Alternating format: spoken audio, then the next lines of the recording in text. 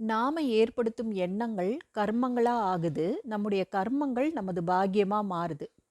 அப்போ நம்முடைய வேலை, தொழிலுக்காக என்ன ஆசீர்வாதமான எண்ணத்தை உருவாக்கலாம்? நாள் முழுக்க இன்று நான் பரமாத்மாவின் சேவையில் இருக்கிறேன். இன்னைக்கு ஃபுல் டே நான் பரமாத்மாவின் இன்ஸ்ட்ருமெண்ட்டாக காட்லி சர்வீஸில் இருக்கிறேன். இன்னைக்கு எந்த ஆத்மா என்னை சந்திச்சாலும் அவருக்கு என்னிடமிருந்து சுகம் சாந்தியின் வைப்ரேஷன்ஸ் கிடைக்கும். ஒவ்வொரு ஆத்மாவும் என்னால் திருப்தி அடைவார்கள். இப்படி வெறும் எண்ணம் மட்டும்தான் ஏற்படுத்தணும்.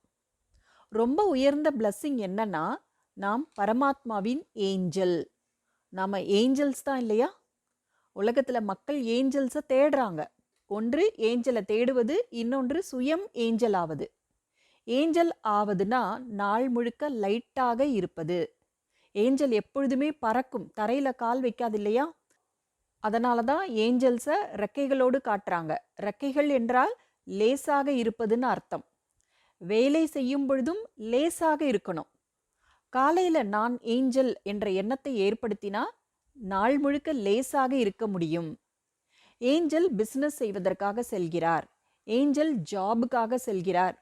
பாருங்க, கான்ஷியஸ்னஸ் சேஞ்ச் ஆயிடுச்சு. இது ஒரு விதம்.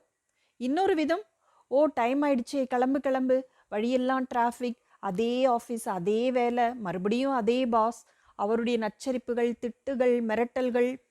இது இன்னொரு விதமான கான்ஷியஸ்னஸ். கான்ஷியஸ்னஸ் பாக்கியத்தை உருவாக்குகின்றது. லோ வைப்ரேஷனில் சிந்திச்சிங்கன்னா பாக்கியம் கூட எப்படி உருவாகும்? லோவாக உருவாகும். சங்கல்பத்தின் மூலம் சிருஷ்டி படைக்கப்படுகிறது. நான் யாரு? ஏஞ்சல். ஆரம்பத்தில் வெறுமனே சொல்ல வேண்டியிருக்கும். அப்புறம் கொஞ்சம் கொஞ்சமாக என்ன சொல்கிறோமோ அப்படியே ஆகிவிடுவோம். ஐ எம் ஸ்ட்ரெஸ்டுன்னு சொல்லிகிட்டே இருந்தோமே, அப்படியே ஆகிட்டோம் இல்லையா? இன்றைய நாட்களில் மக்கள் ஐ எம் டிப்ரெஸ்டுன்னு சொல்கிறாங்க. இப்படி சொல்லி சொல்லி அப்படியே ஆகிடுவாங்க. ரொம்ப கவனத்தோடு யோசிக்கணும், பேசணும். ஐ எம் யாரு? ஏஞ்சல்.